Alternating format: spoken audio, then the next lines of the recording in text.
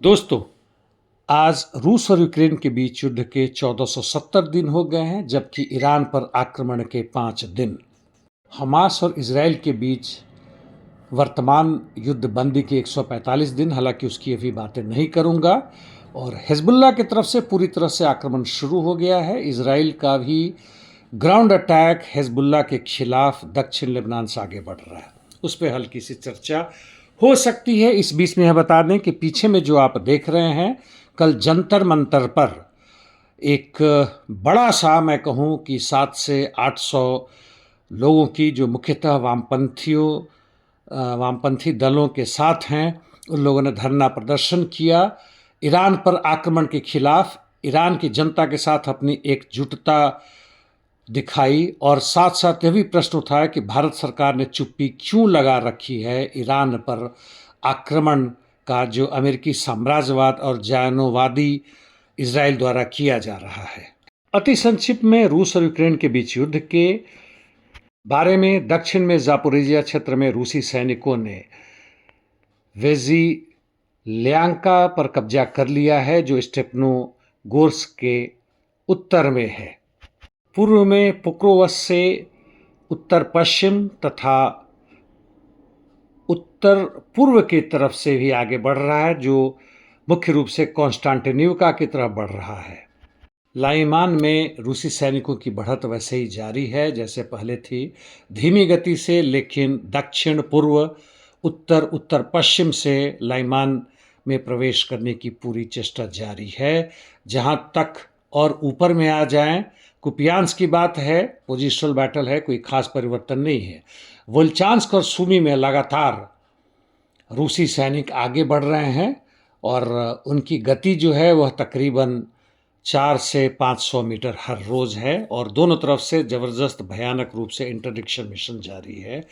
रूस यूक्रेन के बारे में इतना ही। ईरान इजराइल अमेरिकी युद्ध के बारे में अब चर्चा करते हैं। जहां तक मिडिल ईस्ट की बात है, रात से आज सुबह तड़के तक जो मुख्य चीज़ें हुई हैं, ईरान ने ज़बरदस्त आक्रमण किया है फिर से कुवैत, बहरीन में। यह भी बता दूं कि वहाँ की जनता बहुत ज़बरदस्त भड़की हुई है और भारी मात्रा में, भारी संख्या में आंदोलन कर रही है अमेरिकी साम्राज्यवाद के खिलाफ। और इसे दबाने के लिए आप अंदाज़ा लगाएं, सऊदी अरबिया से वहाँ की सेना आ रही है। खैर, अगला आक्रमण उन्होंने सऊदी अरबिया पर किया सुबह में 8 बजे, बहरीन में 7 बजे था। और इराकी रेसिस्टेंस जहाँ तक बात है, उन्होंने एरबिल में अमेरिकी ठिकानों पर हमला किया, जबकि इराक के अंदर में जो कुर्द है, एक तरह से अमेरिकी और इजराइल के द्वारा बनाया हुआ, वो तैयारी कर रहे हैं ईरान में घुसने के लिए, वहाँ पे गड़बड़ करने के लिए। वहाँ भी ईरान ने सुबह सुबह तड़के उनके ऊपर आक्रमण किया। ईरान का यह भी दावा है कि उसने एक यूएस के नेवल डिस्ट्रॉयर को बर्बाद कर दिया, जो इंडियन ओशन में था 450 किलोमीटर दूर ईरान से। और उन्होंने एक और दावा किया है F-15 मार गिराने का, यानी यूएई, कुवैत, रियाद के अलावा ये सब लड़ाई जारी है। जहां तक ईरान के ऊपर अमेरिकी और इजरायली सैनिकों का आक्रमण है, वह यह है आज सुबह सुबह की। उन्होंने 2 वेव में आक्रमण किया है और 1 दर्जन से ज़्यादा जगहों में मुख्य ठिकाने हैं, इंडस्ट्री, मिलिट्री बेसिस, IRGC के ठिकाने, वह अपने क्षेत्र और अपना जो उनका हेडक्वार्टर है उसे वह बदल रहे हैं। अब लेबनान और हिजबुल्लाह के बारे में, IDF ने ग्राउंड फोर्सेस अपना जो जमावड़ा किया था वहाँ पे, उसमें आक्रमण शुरू कर दिया है। वहाँ पर हिजबुल्लाह के सैनिक पीछे आ गए हैं, लेकिन उन्हें घात लगा के IDF के 3 टैंक को उड़ा दिया है। और वैसे एयर अटैक के द्वारा हिजबुल्लाह और उसके अन्य लोग, हिजबुल्लाह के कमांडर को भी उन्होंने मार दिया है। कुल मिला के 50 से 55 लोगों को मार दिया है। लेबनान गवर्नमेंट का कहना है कि हिजबुल्लाह का मिलिट्री एक्टिविटी इलीगल है, तुरंत अपना वेपन समर्पण करो। हिजबुल्लाह यह मानने के लिए तैयार नहीं है।